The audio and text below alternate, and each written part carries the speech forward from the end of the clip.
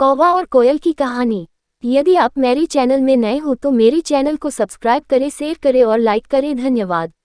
सालों पहले चांदंगा के पास एक जंगल था। वहाँ एक बड़ा सा बरगद का पेड़ था जिस पर एक कौवा और एक कोयल दोनों अपने अपने घोंसले में रहते थे। एक रात उस जंगल में तेज आंधी चलने लगी। देखते ही देखते बारिश शुरू हो गई। कुछ ही देर में जंगल का जो भी था सब बर्बाद हो गया।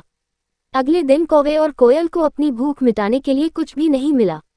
तभी कोयल ने कौवे से कहा, हम इतने प्यार से इस जंगल में रहते हैं, लेकिन अब हमारे पास खाने के लिए कुछ नहीं है।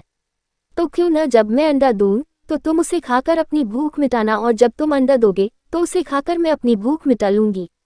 कौवे ने कोयल की बात पर सहमति जताई। संयोग से सबसे पहले कौवे ने अंडा दिया और कोयल ने उसे खाकर अपनी भूख मिटा ली। फिर कोयल ने अंडा दिया। कौवा जैसे ही कोयल का अंडा खाने लगा तो कोयल ने उसे रोक दिया। कोयल ने कहा, तुम्हारी चोंच साफ नहीं है, तुम इसे धोकर आओ, फिर अंडा खाना। भागकर कौवा नदी के किनारे गया। उसने नदी से कहा, तुम मुझे पानी दो, मैं अपनी चोंच धोकर कोयल का अंडा खाऊंगा। नदी बोली, ठीक है, पानी के लिए तुम एक बर्तन लेकर आओ। अब कौवा जल्दी से कुम्हार के पास पहुंचा। उसने कुम्हार से कहा, मुझे घड़ा दे दो, उसमें मैं पानी भरकर अपनी चोंच धोऊंगा और फिर कोयल का अंडा खाऊंगा। कुम्हार ने कहा, तुम मुझे मिट्टी लाकर दो, मैं तुम्हें बर्तन बनाकर दे देता हूँ। ये सुनते ही कौवा धरती माँ से मिट्टी मांगने लगा।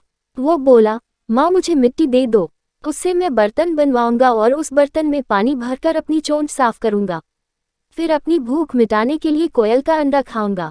धरती माँ बोली, मैं मिट्टी दे दूंगी, लेकिन तुम्हें खुरपी लानी होगी, उसी से खोदकर मिट्टी निकलेगी। दौड़ते हुए कौवा लोहार के पास पहुंचा। उसने लोहार से कहा, मुझे खुरपी दे दो, उससे मैं मिट्टी निकालकर कुम्हार को दूंगा और बर्तन लूंगा, फिर बर्तन में पानी भरूंगा और उस पानी से अपनी चोंच धोकर कोयल का अंडा खाऊंगा। लोहार ने गर्म गर्म खुरपी कौवे को दे दी। जैसे ही कौवे ने उसे पकड़ा उसकी चोंच जल गई और कौवा तड़पते हुए मर गया।